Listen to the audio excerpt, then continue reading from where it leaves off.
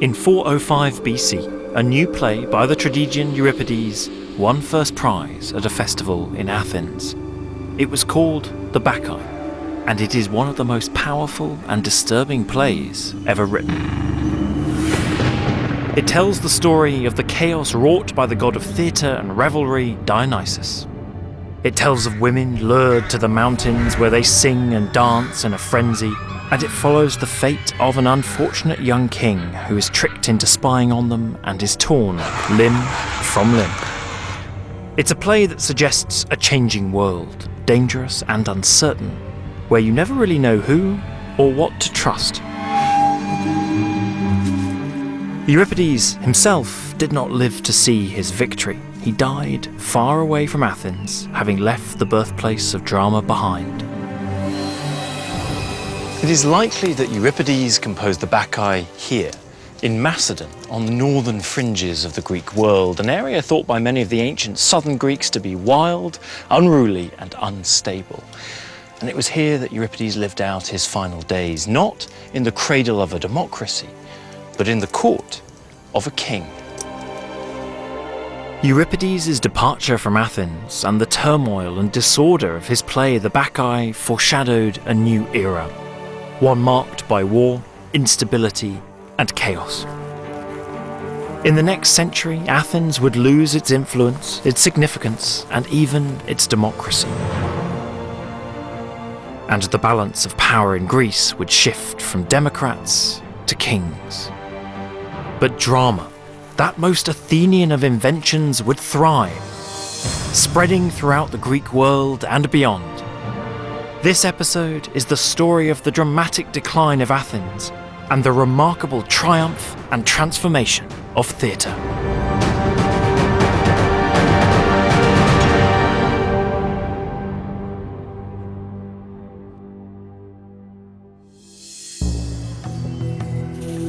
During the 5th century, Athens was the preeminent city in Greece, confident, powerful, and in control of a vast empire.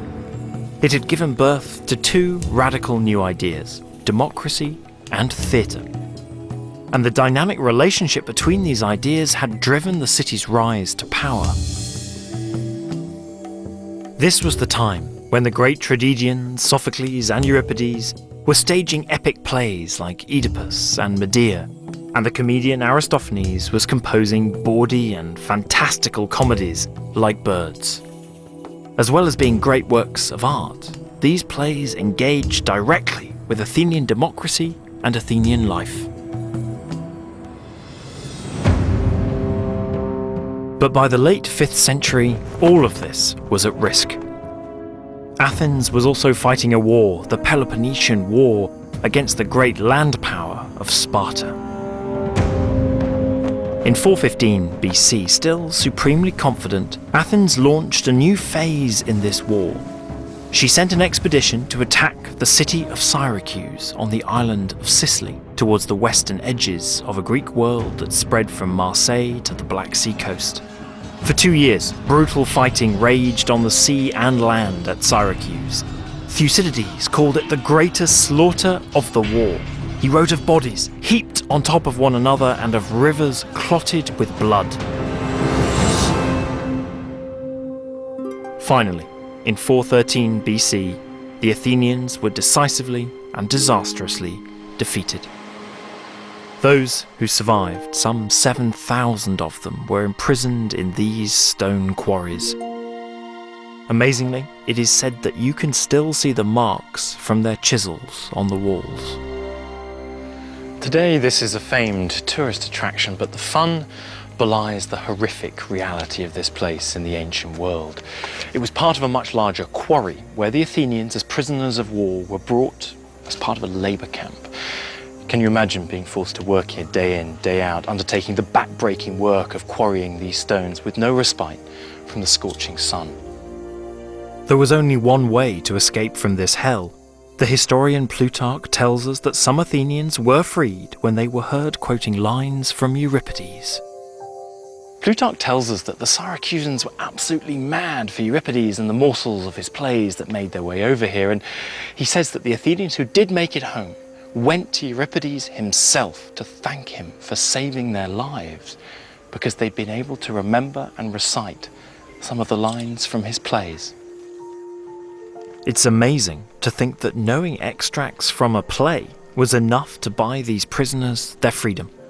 It's a sign that theatre was making an impact far beyond Athens. Such was the popularity of drama here in Sicily that a few decades before, the great Aeschylus, the father of tragedy himself, had come here to produce his plays.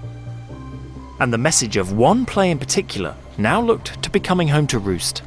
Aeschylus performed his play The Persians here in Syracuse. Now that play had critiqued the Persian arrogance that foreshadowed their failed invasion of Greece, but it had also contained a wider warning for the Athenians. Beware of hubris. If you overreach, you too could fall. And in the wake of the failed Athenian expedition here at Syracuse, many Athenians began to believe that Aeschylus had been right, and that their moment of hubris had come. At first, the people of Athens couldn't believe the news. An army and an entire navy virtually wiped out. Many blamed the democracy for authorizing such a foolish mission, and the anger and tension even spilled into the streets, where some Democrats were attacked. The great fear now was what would befall Athens in the wider war against Sparta. Serious issues like these were regularly addressed in the Athenian theatre. And in the midst of this chaos, the playwright Aristophanes was preparing a new comedy for performance at the theatrical festival. In 411 BC, Aristophanes put on a play called Lysistrata. It's one of his most well-known, not least because of its unabashed rudeness. It was actually banned in Britain until 1957, and even then the first performance of it was called savagely pornographic. But it's also one of his most popular because of its strong female protagonist, but also because its call for peace strikes a chord in our continuously conflict-ridden world. To put an end to the war, Lysistrata persuades women from all over Greece to go on a sex strike until the men agree to make peace. The women also seize control of the Acropolis, where the city's treasury is kept. When a magistrate, a proboulos, arrives to retrieve funds for the war, Lysistrata berates him about the losses that the women have been forced to bear. Women have to take on more than twice your burden. Firstly, it's us giving birth to children, then we send them off as soldiers. The women dress the magistrate up in their clothes and send him away, humiliated. As the strike continues, the sex-starved men of Greece become increasingly desperate until finally they agree to make peace. So Rosie, with a play like Lysistrata, can you give us a sense of just how bawdy, how grotesque the humour in old comedy really was? Well, it's the kind of thing that's, for example, difficult to stage in schools now, because it's got men with strapped-on phalluses, very visible, and jokes, all the innuendos about whether or not they're going to get sex with their wives, and just the general bawdiness of that. All the jokes on the women's side, of course, about what it's like being married, what tricks they get up to, even reference to sexual positions, the lion on the cheese grater. So if we look at this is from the Pronomos Farce, and it's actually from satyr drama, which is a bit different from old comedy, but you get the idea from the costume. You can see Of just how bawdy and in your face it is. Exactly, it's very explicit. Yeah. And the kind of jokes that you can make around this is that a messenger rod you're carrying, for example. It's easy humour. From our point of view, looking at this play, you can't believe that this is what they were seeing on stage. As part of an official festival within ancient Athenian democracy. Exactly. The plot is certainly outrageous, but it speaks to serious issues. The important thing about the Lysistrata is actually not the sex strike. The young women do have their sex strike, but we all know that's just a silly joke because all Athenian men could either have sex with each other, they could all have sex with each other, go to prostitutes. There wasn't a problem. They did not just have to have sex with their wives. The really important one was the older women who, with Lysistrata, take over the place where the keys were owned by the High Priestess of Athena, the the inner temple, sanctuary yeah. of the Acropolis, where all the money money. was stored. But does the sort of radicalness of the solution, as presented in Lysistrata, underline the seriousness of the problem? I think the city's in a state of extraordinary tension. There is not a family in the city that hasn't lost at least one man in the disaster in 413 in Sicily. We know that they had huge crisis over the population because they freed a lot of slaves a few years later just to fill up the citizen numbers. I think one of the reasons for me why it's so interesting is that citizen women have an integral part to play within the polis in all sorts of ways, and in religion and within the oikos and so on, and yet they're not responsible in any way for what's been happening. And one of the things I think I see in Leicester is a huge loss of political confidence.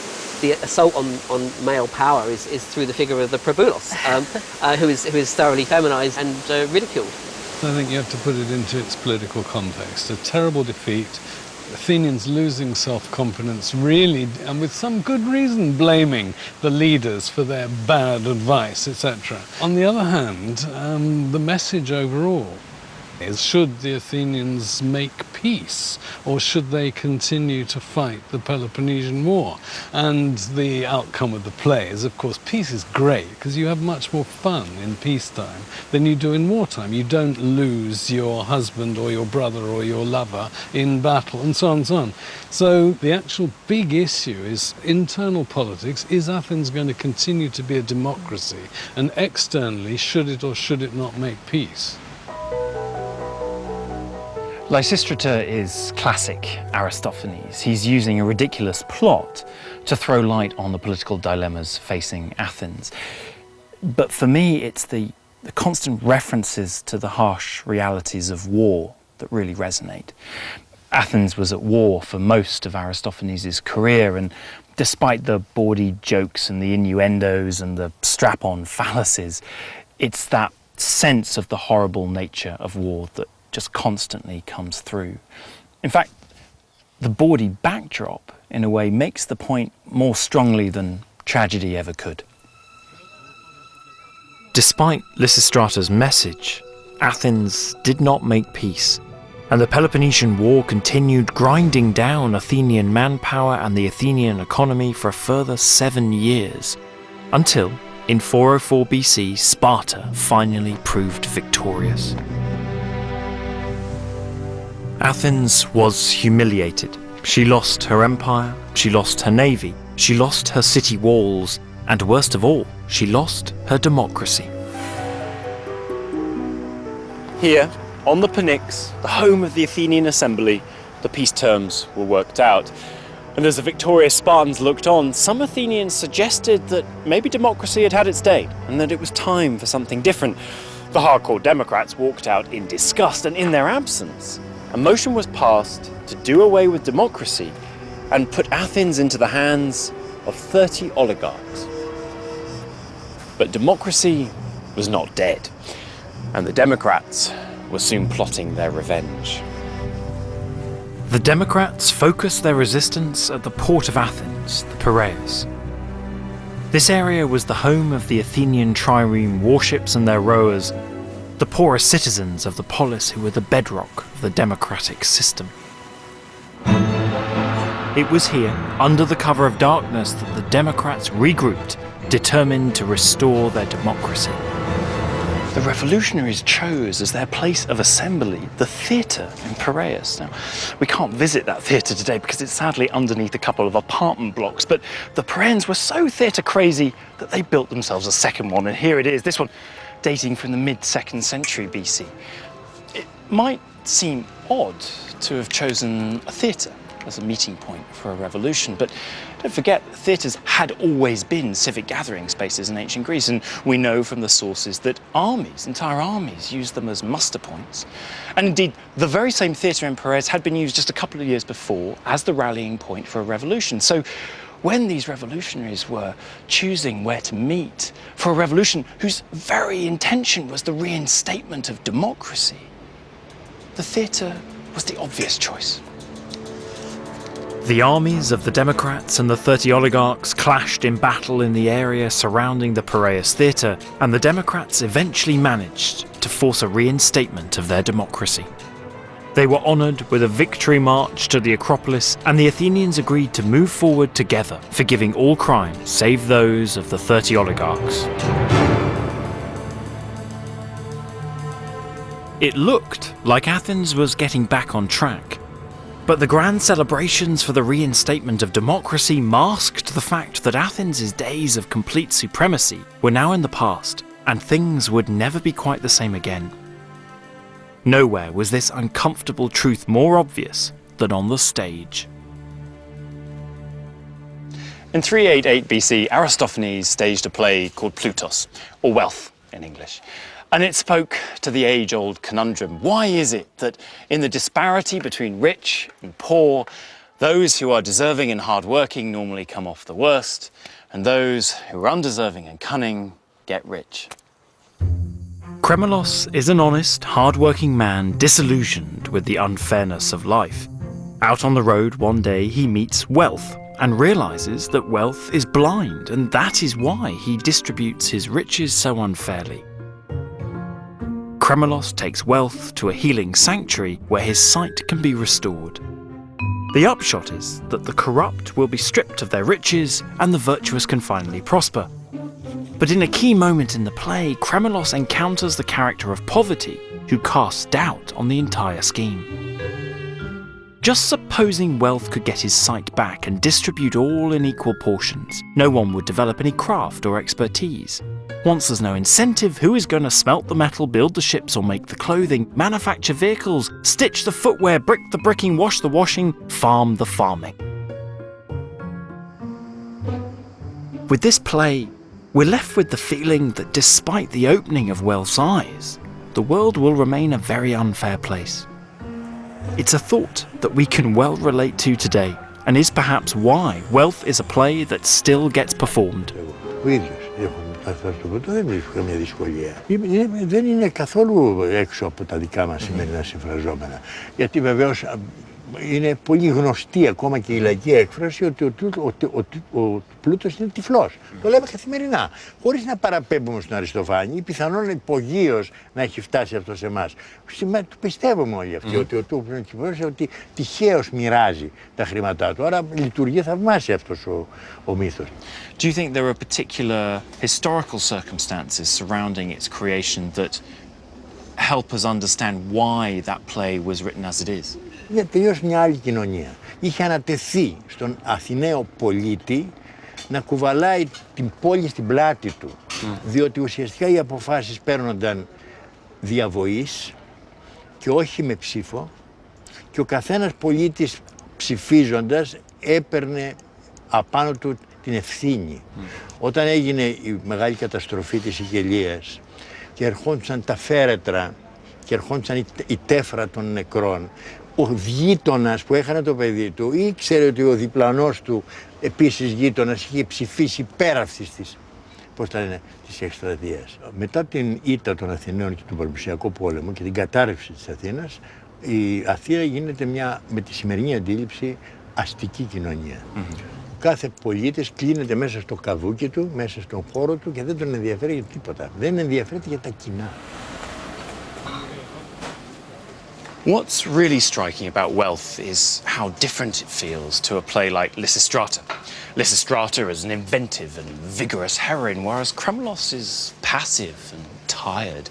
Aristophanes' comedy has lost its biting satire and its direct commentary on individuals in the audience. Instead, its themes are more universal: rich, poor, worthy, unworthy. It feels like comedy and theatre more generally has not only lost its edge, but lost its specific Athenian identity. It's become more general, and at the same time left the Athenians looking back, nostalgic for an era of lost glory. The decline of Athens marks a turning point both in the history of Greece and in the history of theatre. Athens had invented drama, but how would this innovative and democratically charged art form fare in the new world that followed Athens' defeat? This new world of the 4th century saw the different city-states of Greece jostling for control while coming under increasing pressure from new powers, many of them led by tyrants and kings. In truth, the 4th century reads as a depressing catalogue of battles, wars, and fractured alliances which played out in the plains of central Greece. In ancient times, this whole region was known as the dancing floor of Ares, the god of war. It was here that the fate of Greece was decided on the battlefields time and time again. One conflict in particular symbolises the chaos of the period. In 371 BC, Sparta and Thebes fought an epic battle at Leuctra, at the heart of the dancing floor of Ares. Against all the odds, it was the Thebans who triumphed, due in no small part to the powerful attack of their elite fighting force, the Sacred Band.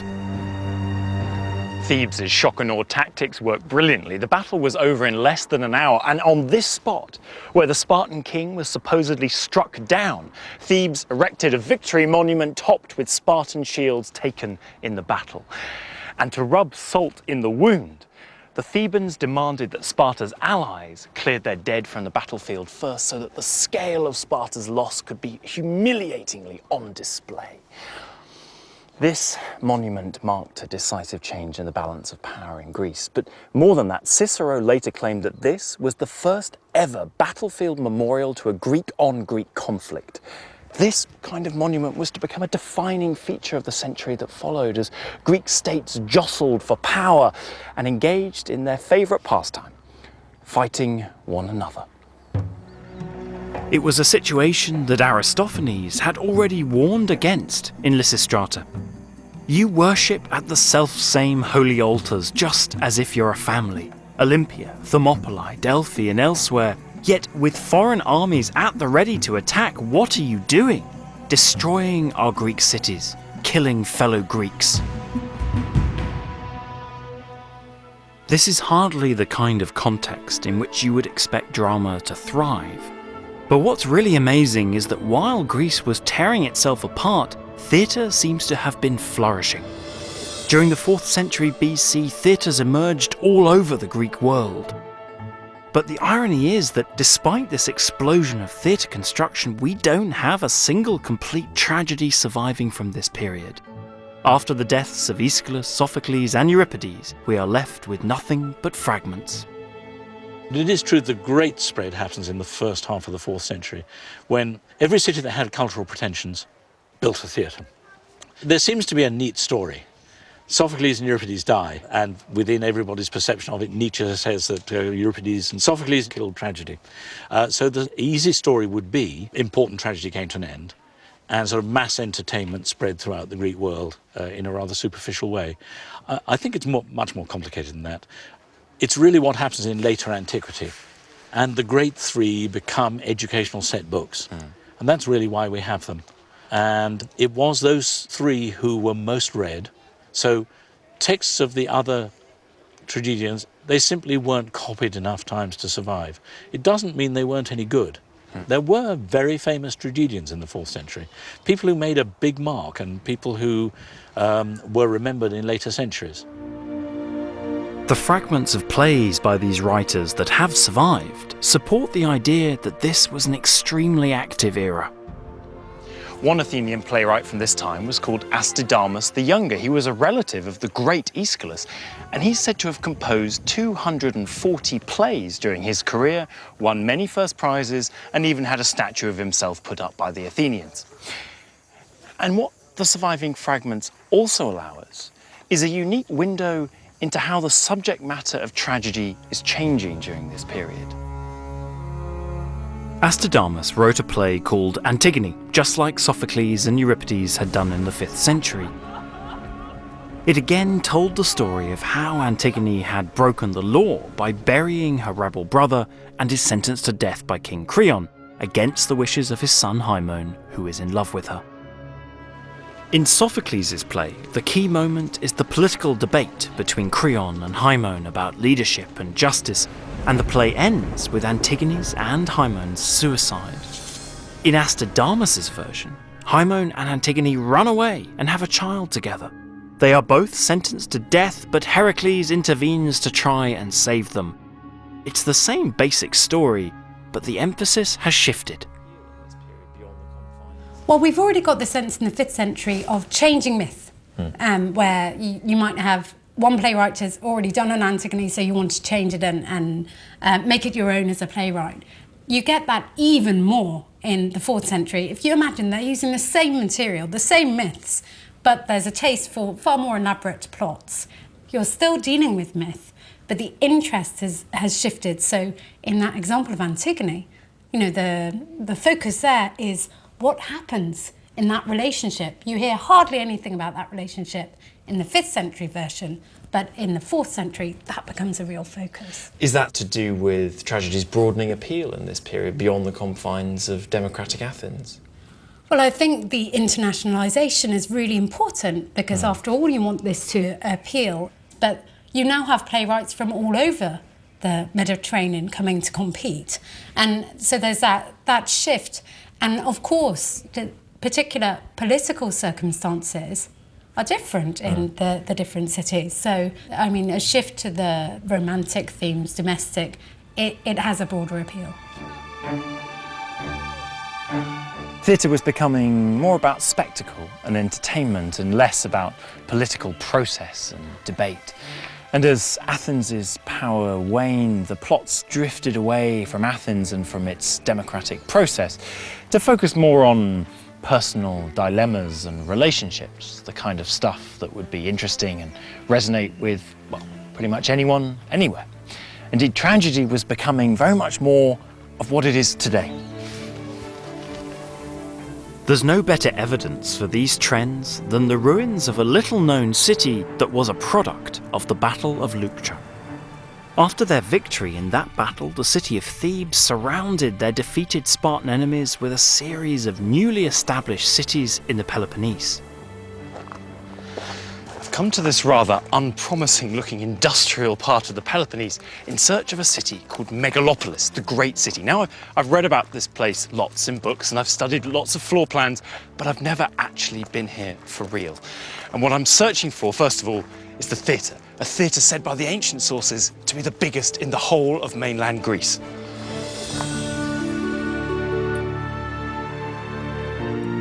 It held up to 20,000 people. And it is further evidence that despite the turbulent times, theatre was growing in popularity. There's an extraordinary calm to this place, but what it symbolises is a place that's tried to put itself on the map out of nowhere, a sort of ancient version of Milton Keynes. When they built this place, they gave it everything a city should need. They gave it an assembly, they gave it an agora, they gave it a sports centre, and they gave it a theatre, a huge theatre. Theatre, by this stage, had become part of the dress code of what a Greek city should look like. And more important than that, a theatre had now become a symbol of Greekness itself. Theatre had become an essential part of any Greek community, but the role that it now played in that community was changing. And this transformation can be traced in the ruined remains of Megalopolis. When this theatre was built, it was placed directly facing the city's political assembly place. It's an extraordinary example of how these two facets of polis life, politics and theatre, were once thought to be intimately connected. But you know, there's an irony here. As Megalopolis was being built, as this city was being created out of nothing, the very institution of the Greek city, the polis, was beginning to falter. Now we were in a very different world, a world of tyrants and kings. The very vitality and viability of the polis was beginning to be in doubt. And there's perhaps no better symbol of that gradual decay than here at Megalopolis and right here in the theatre. Because in the mid-2nd century BC, the people of Megalopolis built this. A solid, high stone wall that cut off the theatre from the assembly place. The people of this great city themselves cut off the umbilical cord between theatre and politics.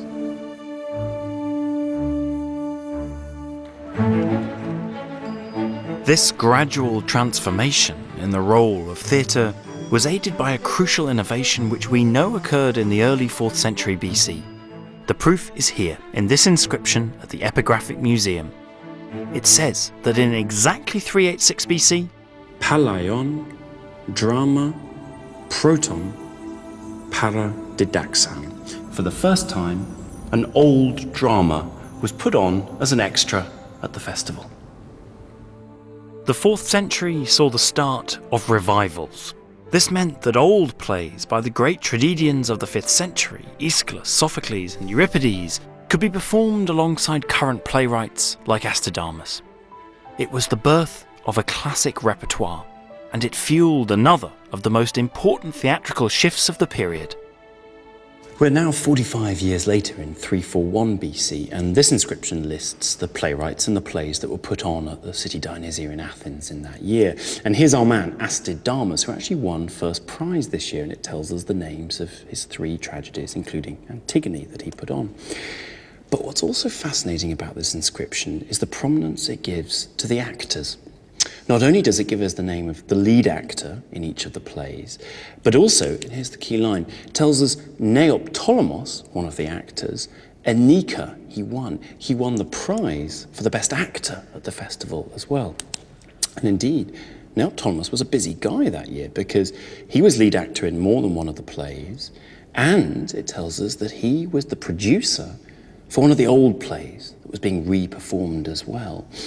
And what this stone symbolises is this growing shift during the course of the century in importance from the tragedians, the playwrights, towards the actors as being the real kings of the theatre.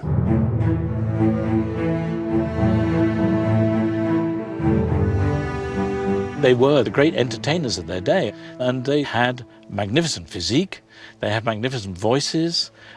Actually, the tragic actors and the comic actors, people didn't do both. That's rather interesting. You were one or the other. The tragic actors, though, were very famous for their voices. And some of them were even employed to go on diplomatic missions and so on, right? So you want to send an embassy, you hire an actor to go along and put the case as well as he possibly can on your behalf. And this is Neoptolemus, we're talking about. Well, and others as well. One thing, though, one has to bear in mind is that the cultural movement within ancient Greece doesn't seem to have obeyed military history.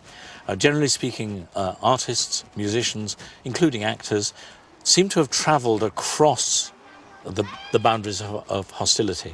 And so that meant that cities which might well be on very bad terms were all competing to set up their own cultural activities.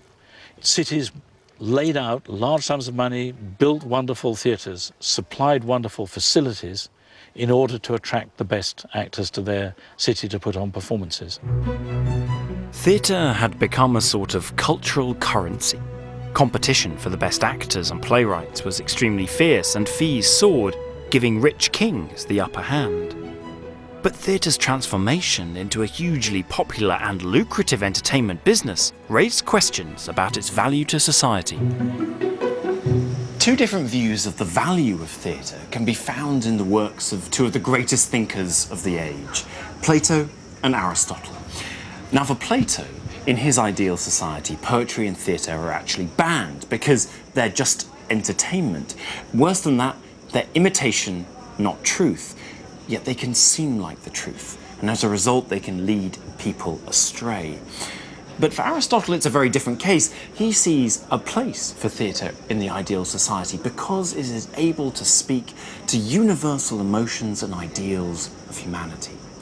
And more than that, it gives the audience what he calls catharsis. And catharsis is a notoriously difficult word to translate, but it means something along the lines of purification, a purging of emotion that comes as a result of watching tragedy, and as a result can give people the ability to better control their emotions. But the very fact that 2 such eminent thinkers are so vociferously arguing about the value of theatre at this time in the 4th century suggests that there really is something of a crisis of confidence about the value and role of theatre in ancient Greek society itself. Theatre's role was made increasingly uncertain by the changing balance of power in Greece. By the mid-4th century, after years of conflict, the richest and most powerful figure in the Greek world was not a democrat, but a king, Philip II of Macedon. At the site of the Macedonian royal tombs at Agai, archaeologists have discovered an extraordinary array of treasures testifying to the wealth and might of Philip's kingdom. Philip created a strong army and made canny alliances. He brought the best craftsmen to his kingdom and secured the greatest thinker of the age, Aristotle, as tutor for his son Alexander, the boy who would later become Alexander the Great. It's one of the more unfair characterizations of ancient history that Macedon was some kind of savage and uncultured place. Far from it. It was a hive of creativity and high culture. Not just in terms of using precious metals for vessels or creating extraordinary armor, but also in terms of the theatre. Philip brought dramatists from across Greece to compete in his own dramatic competitions. Poets followed him in his campaigns, and actors came to live, work, and reside in Macedon. Neoptolemus sold his place in Athens and moved north. And Philip used all of this as a crucial part of his campaign for political and cultural supremacy.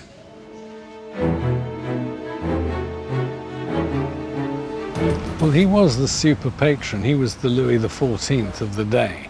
And so if you wanted to get the best space, the best support, the biggest fees, and you are now becoming more professional, so actors move. They don't just perform as citizens in their own city. So Philip is there. It all comes together. He accelerates the process. Actors become far, far more important. They knew all these stories off by heart, and we get superbly rich and famous actors like Neoptolemus or Theodorus, who's the Laurence Olivier of antiquity, and fantastically rich. Philip II certainly invited famous actors to his court. He got famous actors going on diplomatic missions for him, and he tried to use theatre one way or another to help affirm his power. Philip understood that having the best plays and performers would enhance his own greatness. He also understood that kingship is itself a form of theatre. And in befriending famous actors like Neoptolemus, he ensured that positive reports about his regime found their way back to Athens and into the political debates taking place on the Pnyx. It was here in the assembly that the Athenians debated the growing threat from Macedon and tried to decide whether Philip should be considered friend or foe. Heading the pro-Philip faction was an actor turned politician called Aeschines. Arguing against him was the politician and orator Demosthenes, who believed Athens had to oppose Philip if necessary by force. Here, on the Pnyx, time and time again, Demosthenes and Aeschines clashed over the Philip question. Demosthenes' argument was that Aeschines had effectively taken bribes to work in the king's interest and not in those of his home city. But what's really interesting is the language he uses to make his case. He refers to Aeschines as Hippocrates, the Greek word for an actor. You, Aeschines, are a Hippocrates, a bit player of parts, while I am the one sitting in the audience. You always serve our enemies' interests in politics, I those of our country. The Greek word for actor, Hippocrates, is the root for our word hypocrite. So where did this uncertainty come from? Well, as Greece became more and more dominated by rich, powerful leaders, so the corrupting force of money and the fear of the corrupting force of money increased. Actors were, at the end of the day, like mercenary soldiers. They sold their services to the highest bidder, and more importantly, they had the ability to imitate and to deceive. So what everyone was worried about was that Philip was writing his own play and getting the public figures of Athens to star in it as his key actors. It was only a matter of time before Athens would have to decide one way or the other. In 338 BC, Demosthenes persuaded the assembly to vote in favour of meeting Philip in battle. This battle, Demosthenes versus Philip, democrats versus kings, would determine the future of Greece and the fortunes of theatre. Philip amassed his forces here in the plains of Chaeronea, right at the heart of the dancing floor of Ares. The king himself led his army, and leading the cavalry, his son Alexander, who would become Alexander the Great, then just 18 years old. And facing up against them, the combined forces of Athens and Thebes, and in the Athenian ranks, the orator Demosthenes. Philip was victorious, while Demosthenes, whose words had so inflamed the conflict, is said to have fled the scene. Two monuments to the battle remain visible to this day. They stand for more than just the graves of the fallen. They stand for the end of the independent and free politics of Greek city-states. Beneath these trees lie the ashes of Philip's fallen warriors. Their bodies were burned on a grand funeral pyre decorated with weapons before being buried beneath a huge mound of earth. The second monument to the battle sits beside the modern town of Chaeronea. This is the lion at Chaeronea, proudly facing the battlefield. Its origins are somewhat mysterious, but what's really crucial is what's underneath it. 254 skeletons laid out in 7 rows, a mass grave belonging to, we think, members of the Theban sacred band who fell in the battle. And their skeletons testify to the ferocity of the clash, leg bones broken in two, skulls fractured. And today the Greeks, as they do with all cemeteries, have lined it with cypress trees, forever marking the sanctity and importance of this place. I defy anyone to come here and not feel the importance of this place where the fortunes of Greece changed forever.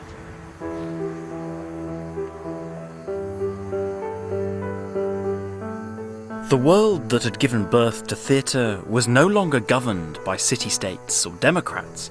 It was a world controlled by a king. But the story of the relationship between history and theatre would take a shocking and dramatic twist. Tragedy and real life were about to clash.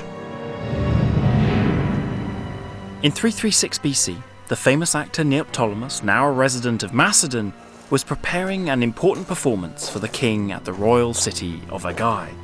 He was to present pieces from his tragedy repertoire at a royal banquet on the eve of the celebration of Philip's daughter's marriage. We don't know the name of the tragedy he chose, but the historian Diodorus preserved the words. Your thoughts now reach higher than the air, but there is a swift-footed one who makes away with the far-reaching hopes of mortal men. He is Hades, source of woe. Philip was delighted with the performance, and after the banquet the crowd raced to the theatre at Aigai, where the festivities would continue at daybreak. This was the scene of the celebration. The spectators took their seats before dawn. Every seat was filled, and as the curtain of darkness rose, the procession began. Here, in the theatre, carried amidst the procession were 13 lavishly adorned statues, 12 of them representing the gods, and the 13th representing Philip as their enthroned companion. And a little way behind the statues walked Philip himself, clothed in white and without a bodyguard to demonstrate his omnipotence. And at that moment, one of his own soldiers rushed into the theatre and stabbed him to death. The sources suggest that Philip's attacker nursed a personal grudge against the king, but will never know the whole truth. The assassin was killed as he tried to flee the scene. The whole sequence of events was worthy of a tale by Euripides himself. And in fact, later in life, the actor Neoptolemus was asked what was his favourite scene in tragedy, and he replied, not one in any play, but one on a much greater stage, watching Philip enter as the 13th god and then being killed here in the theatre.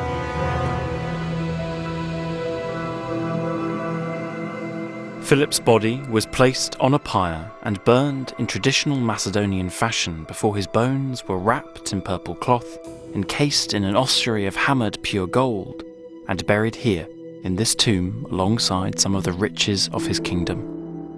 The findings here at the royal tombs reveal the extravagance of the funeral. This gold myrtle wreath is made up of 80 leaves and 112 flowers. Philip's luxurious funeral arrangements were organised by the new king, his son Alexander. What happened next is the stuff of legend. By the age of 25, Alexander was no longer just king of Macedon and leader of the Greeks. He ruled an empire that comprised 2 million square miles and reached as far east as Afghanistan. And everywhere he went, he took theatre. Alexander could quote Euripides by heart, he read Greek tragedies on campaign, and he held Greek festivals of drama. In just over a decade, Alexander single-handedly changed the nature of the ancient world. But as Alexander's horizons grew, Athens's were limited to her own borders and she had to adapt accordingly. One politician who came to define this era was called Lycurgus. He dealt with Athens's defeat by using the funds available to celebrate the glory days of theatre. The most lasting legacy of Lycurgus' time in office is actually here. In 330 BC, he commissioned the first permanent stone theatre of Dionysus here in Athens. Indeed, throughout the entire time of the glory period of Greek tragedy and comedy, it had been a temporary theatre here, made of wooden stacks put up every year on year, with a few permanent seats below. Now, it was a glorious monument to the greatness of Athenian cultural glory. It doubled the size, the number of spectators that could be taken, now nearly 17,000 rather than the 10,000 before. And indeed, the Athenians loved it so much that they started using this place as their official political assembly place, more than the Pnyx, the place where it had been during the 5th century. And perhaps the most interesting bit is actually here, or at least it was here once upon a time. A monument was set up with 3 towering bronze statues to none other than Aeschylus, Sophocles and Euripides, the great tragedians. In addition, Lycurgus ordered that copies be made of all of their plays which were preserved in the public archives. Their works were now classics. Lycurgus ensured that although Athens may have lost everything else, she still had theatre. The Lycurgan era, if you call it that, was consequent upon a disastrous defeat, which is almost equivalent to the defeat by the Spartans in 404. So Lycurgus made a big thing about back to the future. The way we go forward, guys, is by consolidating, by going back to what we were really good at before. And part of that is literally setting in stone 3 tragedians with, all those other hundreds getting forgotten as a result. Paul's absolutely right that the crisis of the defeat that brought about the whole Lycurgan culture was terrible, and Athens did go back to the future, but they knew they could no longer try for political power. This was obviously hopeless under the new regime, but what they could do was claim that they had invented theatre and that they'd invented philosophy, which is very much true. It's very much about celebrating the great theatrical past. It's very self-consciously building on the repertoire. One of the things, going back slightly before Lycurgus, is the export market for both tragedy and comedy has boomed in the 4th century, and it's difficult to say whether that has a sort of a feedback effect into the kind of drama that's being produced in Athens, and whether the kind of forms of drama that proliferate in the 4th century are due to the demands of the export market as well. I mean, if you look at the plays of Aristophanes that seem to have had some kind of life outside of Greece, they're the ones that we've got hardly any kind of political references. It's clear that theatre was still central to Athens, but the reasons why people came here had changed. Whereas once they had come here to connect and to be challenged, now they came here to be comforted. There was certainly much here to be proud of, but it's hard to shake the feeling that behind this new splendour, something significant had been lost. These changes were reflected on the Athenian stage itself in a new kind of drama, one that focused on more mundane affairs, everyday people, and everyday life. Inspiration for this new kind of drama came from a scholar called Theophrastus. His most important works were his studies in botany, but when he wasn't categorizing plants, Theophrastus turned his expert powers of observation to people watching. This is a copy of Theophrastus's Characters. Now, character comes from the Greek word to etch, to make permanent, imprint, and Theophrastus applies it here, not to things, but to us, and to the inner nature of human beings themselves. It's a brilliant piece of acute observation. Theophrastus says there are 30 character types out there. The flatterer, the boring person, the person who's always got bad timing, the person who's got bad taste, and the person who's got petty ambition. And the thing is, these character types don't just give us a fantastic window onto the people of ancient Athens. They can be applied to any city, anywhere in the world, at any time. The mean man. He examines his boundary marks every day to see that they have not been touched. He forbids his wife to lend salt, observing that these trifles make a large sum in the course of a year. The garrulous man. Your garrulous man is one who sits beside a stranger and tells the dream he had last night, everything he ate for supper, how the present age is sadly degenerate, that wheat is selling very low, and that hosts of strangers are in town. The exquisite man. He has his hair cut frequently, his teeth are always pearly white. While his old suit is still good, he gets himself a new one, and he anoints himself with the choicest perfumes. Everyday character types like these provided moulds for writers of what we now call new comedy, and the most famous of the new comedy playwrights was one of Theophrastus's students, Menander. Sadly, hardly any examples of this new style have survived. We have lots of names and titles, but only one complete play. It was only revealed in 1957 after being discovered in Egypt, buried in a sealed jar, and it was by Menander. But from this one surviving play and a number of other fragments, we can get a pretty good idea what new comedy was really like. And in fact, many of Menander's titles could have come from Theophrastus's characters. He has plays called The Flatterer, The Woman Hater, or The Superstitious Man. But the key thing is here that, just like Theophrastus, the titles are of ordinary people. No mythical heroes, no political leaders, just people like you and me. The importance of these stock character types for new comedy is also demonstrated by the fact that there are lots of stock character masks surviving that would have been used on the stage. So we have, for example, the ruler slave, or the courtesan, or my personal favourite, the first old man. And a number of these can be found in Menander's sole surviving complete play, The Grouch. The Grouch is a man named Cnemon. He hates the outside world and wants to shut himself away from life. He shouts at servants, insults his neighbours, and pelts visitors with stones. But Cnemon's seclusion is threatened when a wealthy young man, Sostratos, falls in love with his daughter and wants to marry her. Cnemon is having none of it.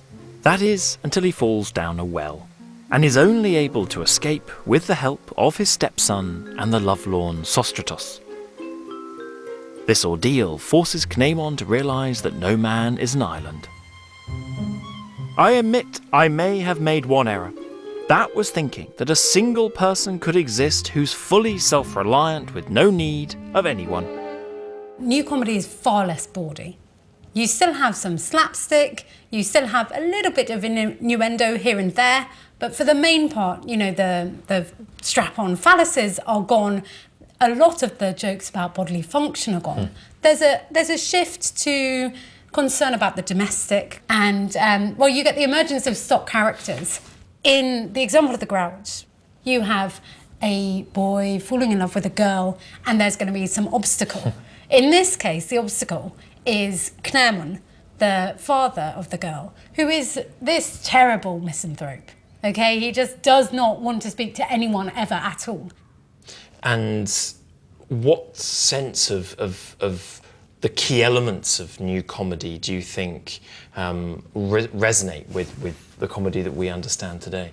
If we think about the Grouch and this misanthropic figure who's right at the centre of it, then you might think about more relatively recent playwrights. So you might think about Molière and his Misanthrope. Here's a production that was done in Liverpool's Playhouse. And here you see Alceste, the misanthrope in the play. He, like Cnemon in Menander, is resisting the rules of society. And the same thing you can see being explored in Shakespeare's Timon of Athens. You have a central character who's really grumpy with society. Here he is in this dinner party with his apparent friends who turn out just to be using him for his wealth. You know, while these aren't directly drawn from Menander, they take that original idea as a way of really shaping the entire play.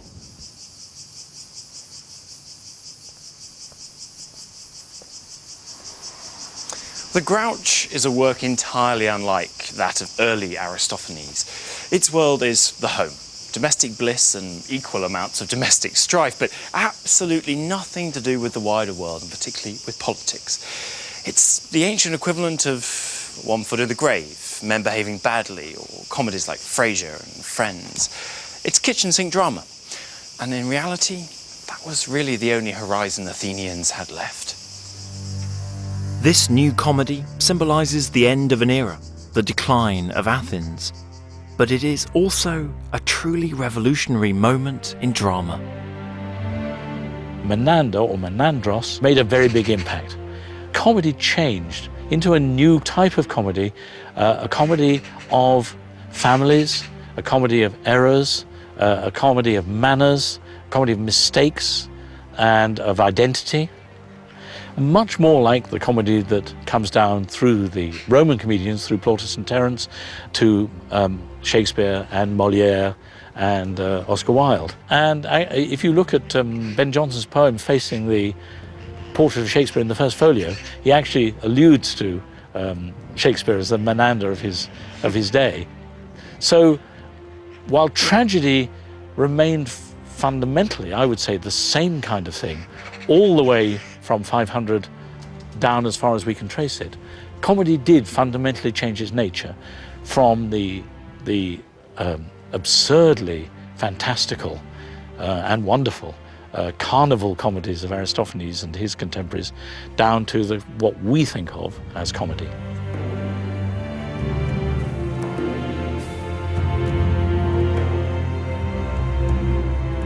Theatre began the century as a place of biting and pointed political commentary, and more than that, as the obvious choice, as a rallying point for democratic revolution.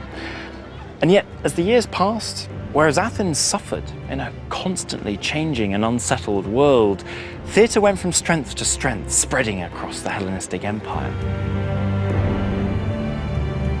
It had also become more like theatre as we know it today. Professional and exportable, with powerful actors, touring companies, and a rich and varied repertoire. Theatre had become a symbol of Greekness and a tool of power and influence coveted by kings and commoners alike.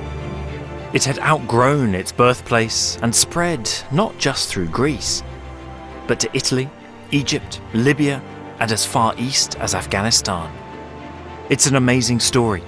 But for Athens, it is also a story of loss. Theatre's success is a direct reflection of Athens' loss of power, influence, and uniqueness during the course of the 4th century. Athens was no longer the city. It was just a city in a much bigger world. And there was another city to the west, whose inhabitants would change the story of theatre and indeed of the entire Mediterranean: Rome.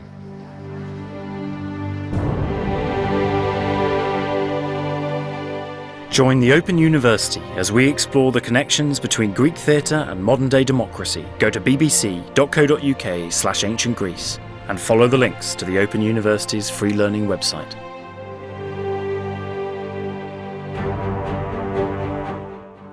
International drama here on BBC4 later this week, this time from the sun-kissed Italian islands. The making of a detective inspector in a new series of young Montalbano, starting on Saturday at 9. Next tonight, though, exploring a 20th century battlefield with Dan and Peter Snow.